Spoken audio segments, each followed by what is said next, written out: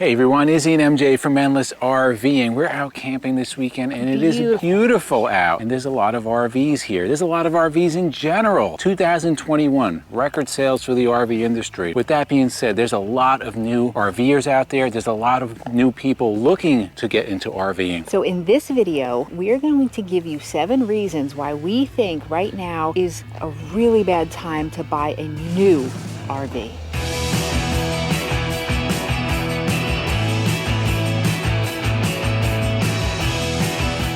So guys, make sure to stay to the end because we're going to give you a couple tips on when you do go to buy an RV.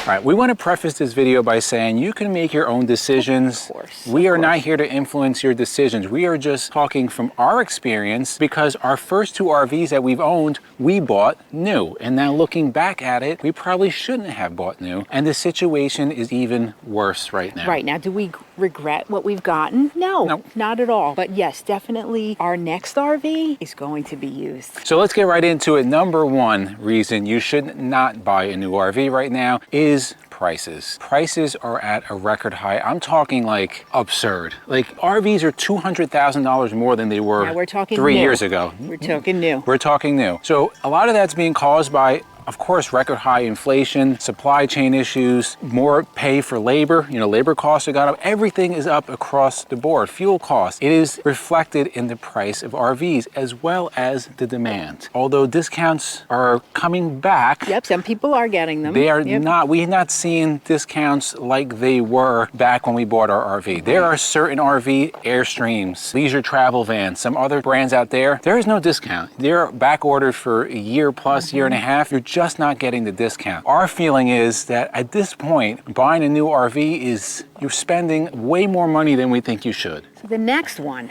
buying a used RV is going to be, in most cases, a lot less expensive than getting a new one. So for example, say you're looking at a new 5th wheel that costs $100,000. Pretty common. Yes, at this point, yes. And then you say, well, let me look at used. You could probably get the same model, a few years older, for maybe half the price. So you're going to be having that much more cash on hand to A, not have to take as long or as much of a loan. Or a loan at all. A loan at all. You're going to have that extra cash for repairs or renovations if it's older. Sometimes it may look a little outdated, so you'll be able to kind of renovate with that extra cash that you'd have on hand. And less insurance. All right, the third reason is that buying new almost always involves going through a dealership. Now that could be a dealership directly at a dealership or a dealership through an RV show. Either way, you have to go through a dealership almost in every case. Why do we say that this could be a problem? Dealerships, listen guys, they're there to make money. They have overhead. They have salesmen that are trained to sell you an RV for the most money they can make. A lot of these dealerships, they use a predatory type of sales tactics. I mean, you've heard a lot, I'm not gonna name big dealerships, but you can Google it, big dealerships that people get into loans that are way over their head. They start tacking on the warranties, the special ceramic coating, you know, the special antibacterial coating on the inside. And before you know it, you are paying thousands and thousands of dollars more than you should over the cost of the RV. So for a lot of people, it's an emotional purchase, especially when you're going to the shows. They make it sound like you're never gonna get that deal again. There's a lot going on, there's a lot of deals going on, and you get dragged into that emotion. Versus when you buy used, you have time to make that decision. So the next one is an important one. When you purchase a used RV versus a new,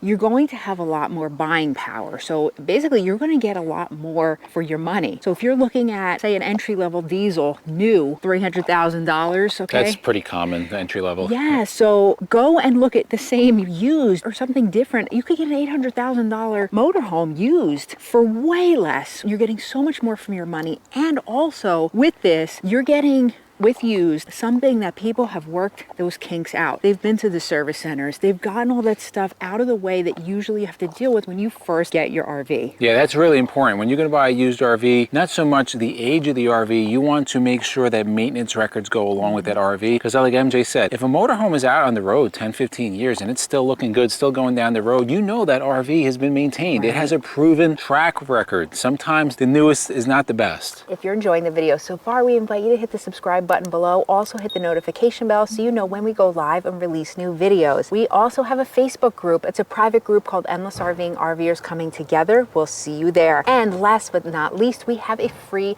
monthly newsletter. The link will be below to join that. Now, one of the big things why people buy new RVs, and we were, again, in the same boat, is the warranty. All new RVs come with a warranty. Some are a year, some are 2 years, some are even more. And warranties are great when you can use them. And why do we say this? Why do we say these, guys? I mean, you can go on the Facebook forums, all types of pages and forums, and just read lists and lists of people that they get their RV, they go pick up their $400,000 motorhome from big brands, big well-known brands, and all of a sudden, right out of the dealership, and they're having problems. And guess what? They call the dealership, they call the manufacturer, yes, we'll get you in, we'll repair it, we'll see you in 6 months.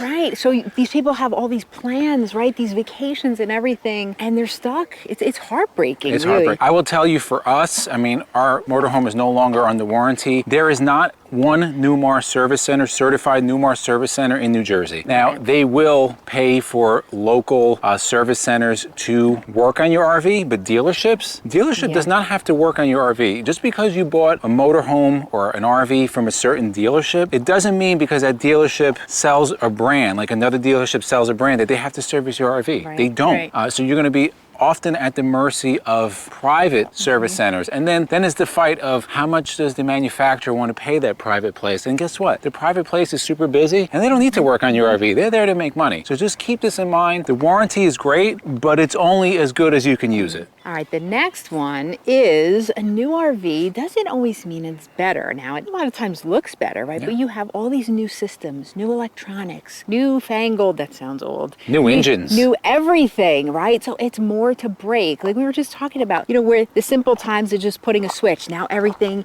you have your control panel, right? If that goes, it's just an extra added problem. Yeah, one thing that I really don't like, and it seems to be going to the higher end motorhomes, a simple slam latch door to me is more than enough, right? I just open the door, and if that latch goes bad, I can change the latch. Now a lot of them are just They're like this all like the push button electronic and electronic slide outs. Listen, it's great. It's a nice convenience. It looks cool, looks clean, but is it really necessary? For some people It's added cost. I mean, for us, it's added right, cost. We're talking about us. But yes, some people love those luxuries and are willing to deal with it. But yes, it does add that extra problem if these things don't work.